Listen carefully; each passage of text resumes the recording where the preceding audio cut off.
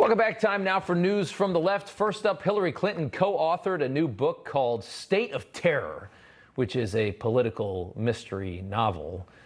And if anybody can bring terror into your hearts, it's Hillary Clinton. Clinton and her co-author, Louise Penny, went on CBS to promote the book. And at one point during this interview, Gayle King decided to read aloud from a Hillary Clinton written sex scene.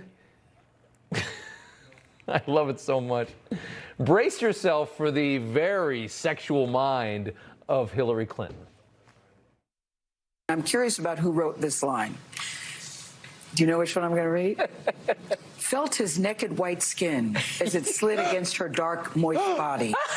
Both luminous in the afternoon sun, she could feel the weight of him on top of her, lying heavy on her heart. Was that you, Hillary Rodham Clinton? Well, I think it was out of our fertile imagination. Are you eating dinner? Did I just ruin your dinner? I'm going to have to call my therapist after this and get back on the couch after dealing with that one. Hillary Clinton, the sex novel writer. Can you even imagine? I wonder what Bill thought about that. Oof. All right, next up, CNN host Don Lemon challenging a Democrat on his show over Roe versus Wade not being codified because, as we all know, and as we've told you, Democrats did have the chance. Don points it out. Take a listen.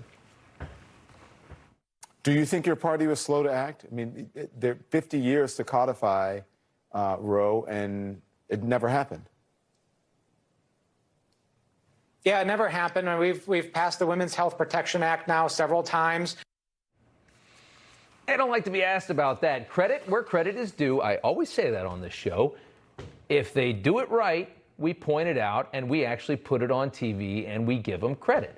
Problem is they don't do it right all that often. So there's not many moments like that. But trust me, when it does happen, we will put it on, even if it's Don Lemon. Credit where credit is due. Good question, Don Lemon. That's being a journalist. Moving along, the creator of the hit 90s series Friends apparently is this woman, Marta Kauffman. And she is apologizing for the lack of diversity in this now decades-old TV series, because that's all we do today is apologize for everything. To make up for the lack of diversity in Friends, Kauffman is donating $4 million, which is probably 1% of her net worth, to establish an endowed professorship in the African and African American Studies Department at Brandeis University. Kauffman saying, quote, "I've been working really hard to become an ally and anti-racist, and this seemed to be the best way that I could participate in the conversation from a white woman's perspective." Everything is wrapped up in race now, and it's ruining everything. Rich, white Hollywood guilt, the woke mob, tells you you're racist, so you throw money at something, and now you're just automatically cured. Welcome to 2022 and the idiocy that has become of American culture. And finally, on Monday, the Supreme Court ruled that high school football coach Joe Kennedy can actually just drop down to his knee and pray at the 50-yard line after football games. It's an act that actually got him fired from his job. He started praying, and other kids that were, religious decided to join him, and they prayed together. And then they basically fired him for that. Yeah, right. Well, the Supreme Court says he's allowed to do it, which was a great thing. And then, of course, it ticked off all the liberals. And king of the beta males, Stephen Colbert, who used to be a comedian but is now just an AOC sycophant, had this to say about it. If the court believes this type of Christian ritual is okay for public schools, then I'm sure they'll be fine with every religion going varsity. I can't wait for the satanic cheerleaders. DEVIL. Come on, T, let's burn in hell. Sacrifice a goat. He used to be funny. Remember The Daily Show? I mean, he actually had it back then. Now he's lost and he's pandering as hard as he can. He doesn't know what he's doing.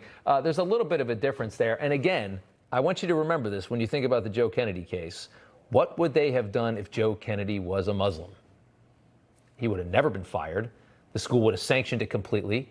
And anybody that was against it, we would have flipped the roles on everything, right? Because the fact that he was a white Christian, liberals just automatically hate him. That's the comedy of this case. And the Supreme Court did it right.